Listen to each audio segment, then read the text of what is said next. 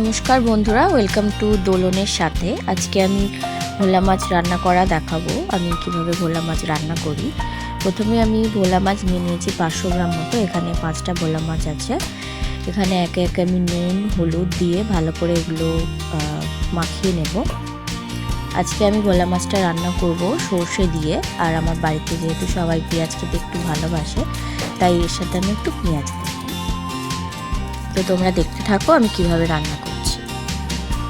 তো আমি এখানে সর্ষে বাটা নিয়েছি, কাঁচা লঙ্কা, ধনে পাতা আর পেঁয়াজ। কড়াটা চাপিয়ে দিয়েছি ওখানে গরম হওয়ার জন্য। এবার আমি তেল দিয়ে দেবো কড়াতে। পরিমাণ মতো তেল দিয়ে দিলাম। তেলটা গরম হয়ে গেছে। এবার আমি একে একে মাছগুলো দিয়ে দেবো। আমার মাছ ছাড়তে ভীষণ ভয় লাগে, গায়ে ঠায়ে ছিটকে, সেই জন্য আমি লাফিয়ে লাফিয়ে দূরে থেকে দিই, যার কারণে বেশি আরও ছিটকে যায়। কিন্তু আমার ভীষণ ভয় লাগে, কিছু করার নেই। মাছগুলো এপিট ওপিট ভালোভাবে ভেজে নিতে হবে। এখানে আমি একটা মাছ আমার মেয়ের জন্য আলাদা ভেজে তুলে রাখবো, যেহেতু ও ঝাল খেতে পারে না, তাই এর জন্য মাছ ভাজা করছি।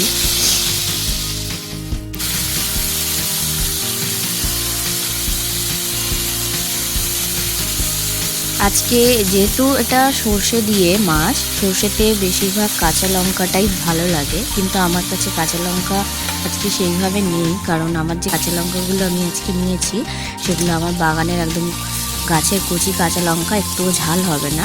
তাই সর্ষে বাটাতে আমি 2টো শুকনো লঙ্কা গোটা বেটে নিয়েছি। আর পরেও আমি একটু শুকনো লঙ্কা দেবো, কিন্তু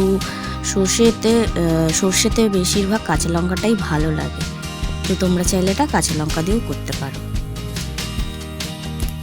এখানে এই মাছটা আমি মেয়ের জন্য রেখেছি সাইড করে আলাদা।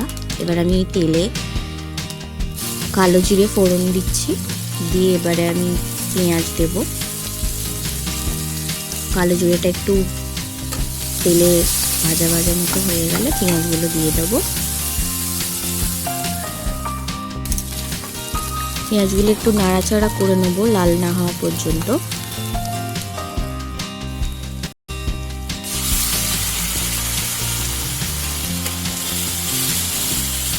এবারে আমি এখানে দেব সর্ষে বাটা।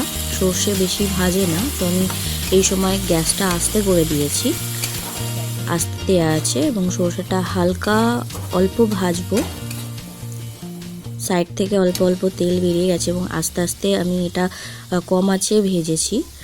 এবং এবার আমি এতে জল দিয়ে দেবো।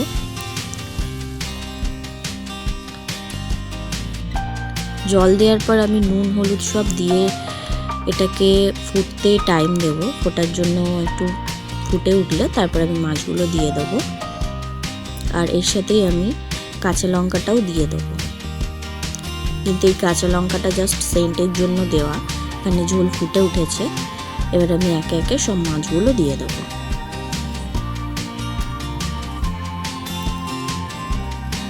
যেহেতু এখানে দেখা যাচ্ছে 4 পিস মাছ, একটা আমি আমার মেয়ের জন্য তুলে রেখেছি। ওই মাছটা কড়া করে ভেজে রেখেছিলাম। এবারে আমি ধনে পাতা দিয়ে মাছটা হয়ে এসছে, নামিয়ে নেব। মাছ আমাদের হয়ে গেছে। আমি এবারে মাছটাকে তুলে নেব পরিবেশন করার জন্য।